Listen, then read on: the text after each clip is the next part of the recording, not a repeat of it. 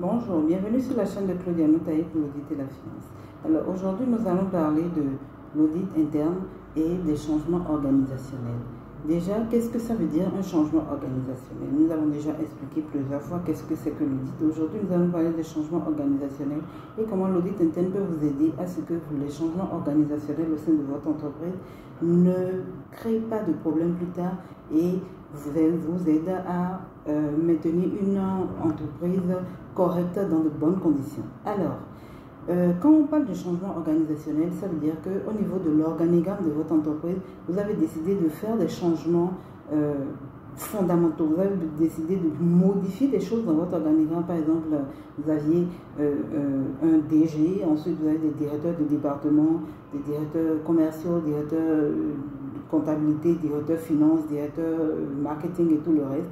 Et vous avez directeur finance, vous avez comptabilité. Et aujourd'hui, vous décidez par exemple de mettre ensemble directeur finance et directeur comptabilité. C'est un changement majeur dans l'organisation, un changement organisationnel. Alors, il faut savoir que quand on veut passer des écritures, quand on veut faire ces genres de changements-là, il faudrait qu'on vérifie ou bien vous avez décidé de supprimer un collaborateur au niveau des écritures, au niveau de fonctionnement d'une tâche dans l'entreprise. Quand c'est comme ça, on va voir si ça ne va pas créer un problème. Par exemple, pour passer une écriture d'achat, le service, il y avait les services généraux et il y avait le responsable de la comptabilité.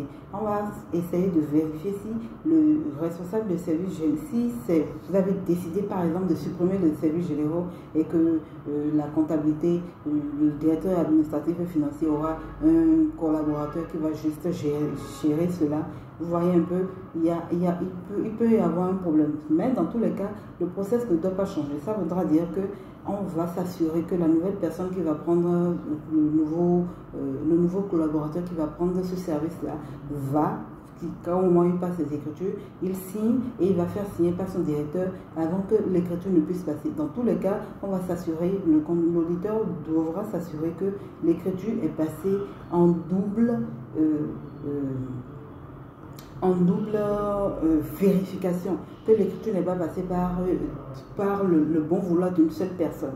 C'est de ça qu'il s'agit. Donc, on va vérifier l'évaluation des risques. Est-ce que ça ne crée pas un risque opérationnel ou un risque financier? Est-ce que ça ne crée pas un risque juridique ou si c'est légal ce qu'on est en train de faire dans le changement organisationnel? Est-ce que ça ne va pas nous créer des problèmes plus tard? Est-ce que ça ne va pas entraîner d'autres types de... Est-ce que c'est efficace opérationnellement? Est-ce que ça n'alourdit pas? Est-ce qu'on n'est pas en train d'ajouter un autre supérieur hiérarchique, par exemple, sur la personne qui faisait ce travail-là avant? Est-ce que si on ajoute un autre supérieur hiérarchique à la personne qui faisait ça avant, ça voudra dire que lui aussi va passer, il va ajouter son visa d'abord, ensuite le visa du directeur, avant que l'écriture ne puisse être passée. Vous voyez, ça alourdit le process. Est-ce qu'on ne va pas ramener ça, ce que ce soit seulement le petit agent qui passe l'écriture, plus maintenant le nouveau supérieur hiérarchique qui passe l'écriture, pour que ça puisse avancer facilement dans l'entreprise, jusqu'à une certaine hauteur, que lorsque une certaine hauteur, imaginez si c'est décidé que ce soit entre 1 million, entre 0 et 1 million, que le petit agent et son supérieur hiérarchique puissent passer les écritures, qu'au-delà de 1 million, le directeur puisse valider les transactions. C'est aussi une bonne procédure et que l'auditeur pourra vous aider à valider. Alors ça aussi, ça rentre dans la gestion de ressources, bien utiliser les ressources, bien utiliser les personnes avec lesquelles vous travaillez pour pouvoir faire une communication transparente au sein de votre entreprise, un bon suivi donc. Tout ça là, ça entraîne un bon suivi aussi dans la gestion de l'entreprise et une amélioration continue des conditions de travail et des outils de travail. Merci pour m'avoir suivi encore aujourd'hui. J'espère que vous serez encore là bientôt pour une autre vidéo. Retrouvez mon livre L'audit interne, l'audit et le contrôle interne, la colonne vertébrale de l'entreprise et ma formation sur Udemy. À très bientôt.